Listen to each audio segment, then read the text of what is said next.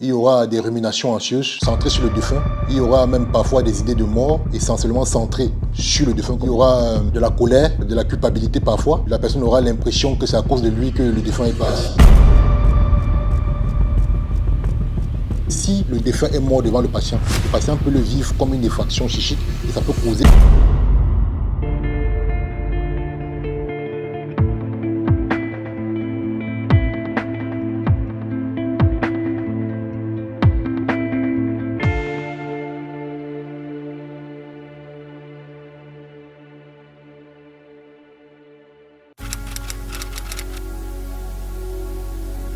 Hello, dis-moi, je suis le docteur Jorge Franck Hamel, l'ES de psychiatrie à la faculté de sciences de la santé de Cotonou.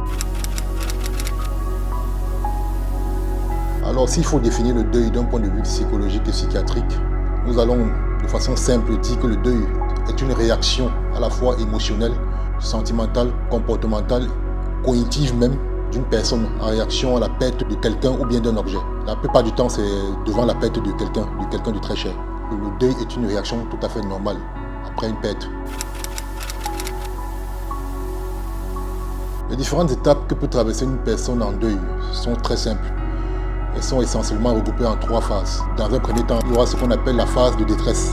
La personne aura du mal, dans cette phase de détresse, la personne aura du mal à croire que c'est arrivé. La personne aura du mal à s'en remettre.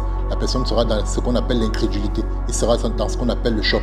Et il sera également dans ce qu'on appelle un état de, on va dire même de traumatisme. Ça aura des répercussions, notamment au niveau de l'alimentation et au niveau du sommeil. La personne aura des difficultés à dormir, aura des difficultés à manger. Il aura même une perte de poids qui va s'en suivre. Et ensuite, ce qu'on appelle la phase de dépression. Parce qu'il faut d'abord dire que la première phase dure entre quelques heures et quelques jours. Ensuite, on a la phase de dépression. La personne va clairement avoir des symptômes qui pourront penser qu'il est dans un trouble dépressif. Donc la personne aura du mal vraiment à s'en remettre. Il aura de la tristesse, il aura de la colère, il aura des crises de larmes même. Il va à un moment donné même développer de la colère envers le défunt. Et ensuite, vous avez la troisième phase, qui est la phase, on va dire, de rétablissement, où la personne commence à accepter la chose et recommence à accepter que le défunt est parti. Donc il y a la phase de résolution, on va dire. Non, absolument pas. Tout le monde ne vit pas le deuil de la même manière. Il y a beaucoup de facteurs qui entrent en jeu par rapport à la façon dont on peut vivre un deuil. Il y a la personnalité, il y a le degré d'attachement que la personne avait avec le défunt, il y a les antécédents même de pathologie psychiatrique que la personne peut avoir quand il perd une personne. Parce que si on a un antécédent de trouble dépressif et qu'on a un deuil, on ne va pas vivre forcément le deuil de la même façon que quelqu'un qui n'a jamais eu un trouble dépressif, qui n'a jamais eu une pathologie psychiatrique. Ça dépend aussi du degré de résilience et ça dépend aussi des mécanismes de défense qu'on met en place. Je dirais que chaque être ne peut pas vivre le deuil de la même façon que notre personne.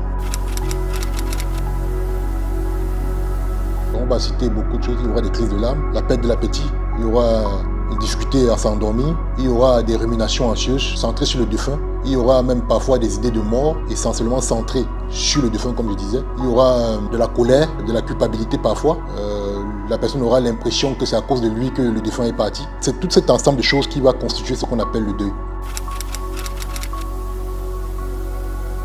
Si on va aller sur les nosographies internationales, notamment la classification des maladies de l'OMS ou bien le DCM5, le délai varie. Pour la CIM, le délai c'est de 6 mois. Quand pour le DCM5, le délai peut aller de 6 mois à 1 an. Donc en fonction de la classification, on se donne un délai logiquement de 1 an. Si on va au-delà, c'est qu'il y a déjà un problème. Parce qu'en effet, en fonction du délai d'évolution, il peut avoir différentes manifestations. Il y aura quelqu'un qui va être dans ce qu'on appelle un deuil retardé. Il y aura celui qui sera dans un deuil inhibé. Il y aura celui qui sera dans un deuil résiduel. Et il y a celui qui sera dans un deuil intensifié. En fonction du développement. En fonction de cela, on va dire soit le deuil est compliqué, soit le deuil est pathologique.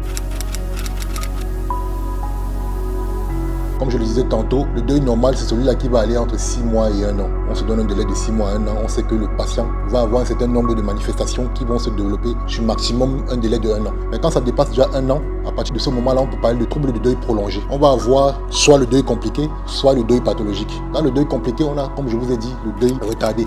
C'est-à-dire le patient sera dans le déni. C'est-à-dire qu'il y a le deuil qui est là, on lui annonce que la personne est morte, ou bien il est témoin de ce que la personne est morte, mais il est dans le déni. Étant dans le déni, il ne manifeste pas du tout le deuil. Donc il continue à vivre comme si le patient était là. Je peux prendre un exemple. À la maison, il va continuer à garder les photos du défunt. Il va continuer à mettre les couverts sur la table comme si le défunt était encore là. Ça, c'est ce qu'on appelle le deuil retardé. Il y a le deuil inhibé. Dans ce cas d'espèce, le patient accepte que la personne est partie, mais les manifestations du deuil ne s'installent pas. Ça va peut-être s'installer quelques semaines ou quelques mois après, lorsqu'on va peut-être évoquer le défunt. Il va suffire qu'on évoque juste le défunt et puis la personne va faire son deuil. À distance de la perte, quand tout le monde aura déjà fait son deuil, lui c'est à ce moment-là qu'il va commencer à faire son deuil. Il y a ceux qui font ce qu'on appelle le deuil intensifié. C'est-à-dire qu'il est dans le deuil, il accepte le deuil, mais il le manifeste de façon trop intensive. Ce qui fait que ça devient quelque chose de problématique. Il y a ceux qui sont dans ce qu'on appelle le deuil résiduel. C'est-à-dire qu'il a fait le deuil, mais il y a quelque chose qui reste. À chaque fois qu'on évoque le défunt, il va repartir de plus belle. Donc il va se rappeler, il va avoir des crises de larmes, il va encore reparler du défunt. Ça, c'est ce qu'on appelle les deuils compliqués. Il y a maintenant ce qu'on appelle les deuils pathologiques, c'est-à-dire au-dessus du deuil, il va avoir une pathologie psychiatrique qui va venir se griffer. Ça peut être un trouble dépressif qui va venir s'agripper au-dessus du deuil. Ça peut être un trouble bipolaire qui peut venir s'agripper au-dessus du deuil. Ça peut être même des manifestations anxieuses qui vont venir s'agripper au-dessus du deuil. Ça peut être n'importe quelle pathologie psychiatrique qui va s'agripper au-dessus du deuil. Donc vous voyez là que c'est deux choses complètement différentes. Je dirais que c'est également en fonction du type de deuil. Si nous sommes dans un deuil compliqué, l'entourage doit pouvoir déceler qu'il y a quelque chose qui ne va pas. C'est aussi valable pour les deuils pathologiques. Si l'entourage arrive à déceler que quelque chose ne va pas, la première chose déjà à faire, c'est de pouvoir être étayant, de pouvoir être autour de la personne qui est en souffrance, de pouvoir l'accompagner, de pouvoir lui tenir la main, comme on dit souvent, et de pouvoir le rassurer. Ensuite, c'est de savoir demander de l'aide, pouvoir avoir le réflexe de demander de l'aide, d'aller là où vous pouvez trouver des experts pour pouvoir vous faire aider. C'est valable pour celui qui est en deuil et c'est valable pour l'entourage. Alors si celui qui est en deuil n'a vraiment pas les capacités émotionnelles ou la capacité cognitive de pouvoir réfléchir, qu'il peut se faire aider, à ce moment-là, c'est l'entourage qui peut prendre le relais pour pouvoir le faire. Et c'est valable également pour le deuil pathologique. Dès qu'on décèle des signes de dépression, dès qu'on décèle des signes de bipolarité, dès que l'on décèle des signes de grosse anxiété ou des signes de troubles de stress post-traumatique, il faut tout de suite se tourner ou s'orienter vers un spécialiste ou aller à l'hôpital pour se faire aider. Je dirais oui parce que à ce moment-là, le deuil n'est plus un diagnostic, mais le deuil sera considéré comme un facteur. Il sera considéré comme un facteur ayant conduit vers la pathologie psychiatrique. Donc, à ce moment-là, on va évoquer la pathologie psychiatrique et on va préciser que c'est dans un contexte de deuil. Donc, je prends un exemple. Si c'est le trouble dépressif qui s'installe, on dira trouble dépressif soit caractérisé, soit léger, soit moyen, soit sévère, en contexte de deuil. Vous voyez un peu.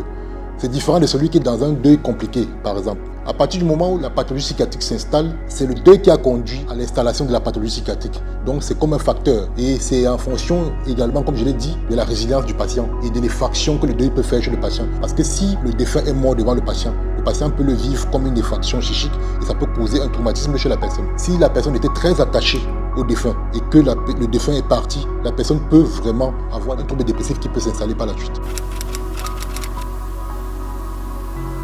Je dirais non. C'est en fonction du développement psycho-affectif. Parce que les enfants ne vivent pas du tout le deuil comme les adultes. Un enfant de moins de 2 ans ne va pas vivre le deuil comme un enfant âgé entre 2 ans et 6 ans. C'est pareil pour l'enfant qui a plus de 6 ans, entre 6 ans et 9 ans. Il ne va pas vivre le deuil de la même façon. Ça s'explique.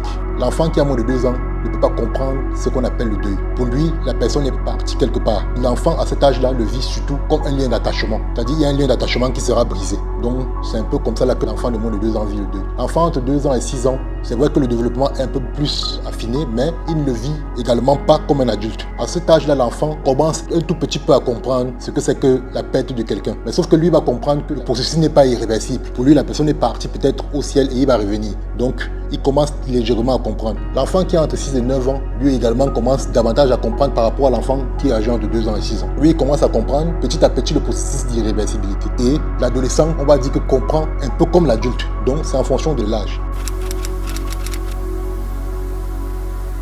Là également, comme je le disais, c'est en fonction de l'âge, c'est en fonction du degré d'attachement avec la personne le disparu, c'est en fonction des antécédents psychiatriques du patient et même des antécédents somatiques, je dirais. C'est en fonction de l'entourage. Si la personne a un très bon entourage, on peut s'appuyer sur l'entourage déjà dans un premier temps pour pouvoir donner des éléments ou aider la personne qui est dans le deuil. Si on sent que la personne peut avoir un deuil qui peut se compliquer, un deuil qui peut aller vers une pathologie, on peut avoir des stratégies préventives. On peut commencer à déceler, comme je disais tantôt. Est-ce que c'est une personne qui a déjà une pathologie psychiatrique? Est-ce que c'est une personne qui a un entourage qui n'est pas étayant? En fonction de cela, on peut mettre en place des stratégies. Et si le défunt, avant de mourir, avait une pathologie qui était grave et qu'on sentait que le pronostic était engagé, on peut commencer déjà à faire une psychoéducation, commencer à préparer la famille par rapport à la perte, pour que ce ne soit pas brutal et très violent au moment de l'annonce. Maintenant, il y a l'annonce, la phase de l'annonce. Quand on fait l'annonce, on doit pouvoir être empathique, on doit pouvoir ajuster ses mots, savoir utiliser les mots pour pouvoir faire l'annonce. On ne doit pas être dans la brutalité. Et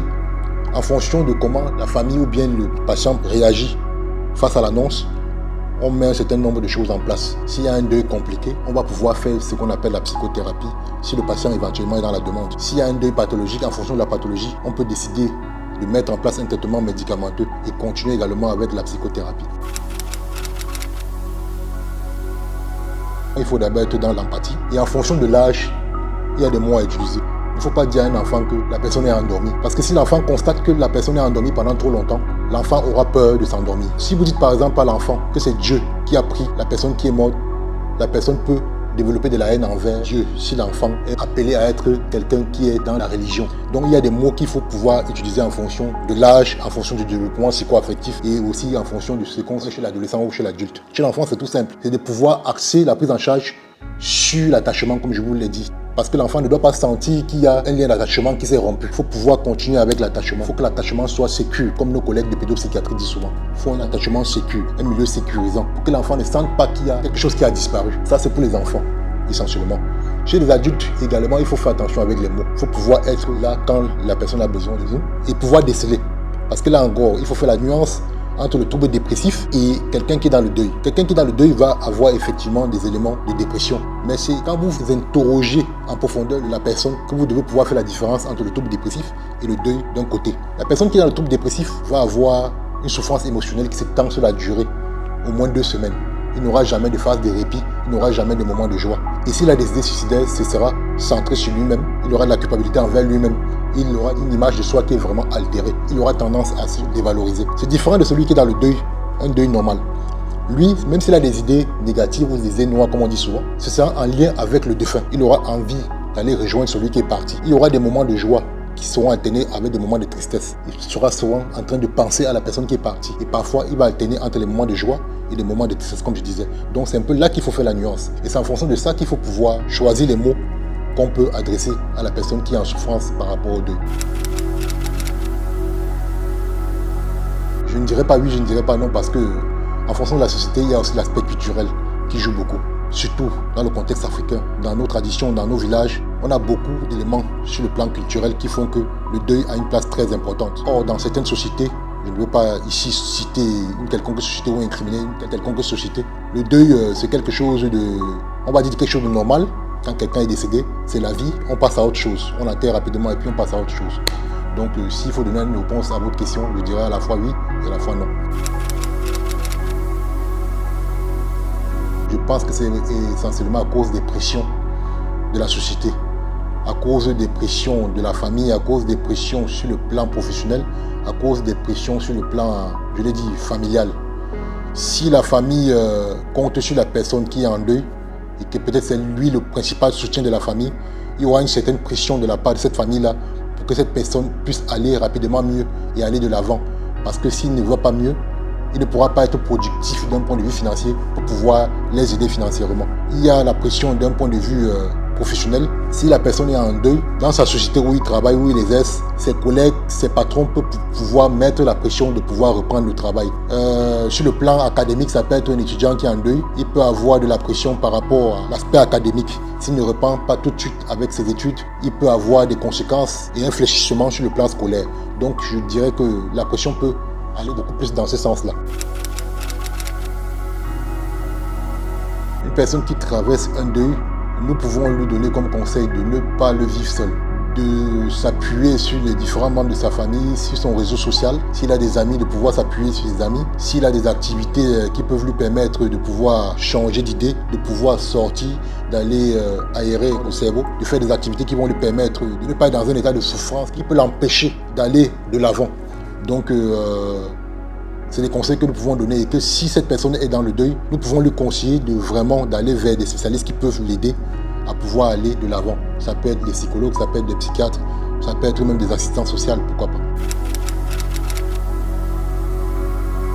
Le conseil que je peux donner à l'entourage d'une personne qui est en deuil, c'est surtout de ne pas stigmatiser, de ne pas mettre la pression à la personne, de ne pas être dans le jugement, d'être présent, d'être étayant, d'être attachant, de pouvoir mettre en place un certain nombre d'activités avec la personne pour que la personne puisse se sentir en sécurité, puisse se sentir à l'aise, puisse se sentir aimée et puisse, comme on dit, aller de l'avant.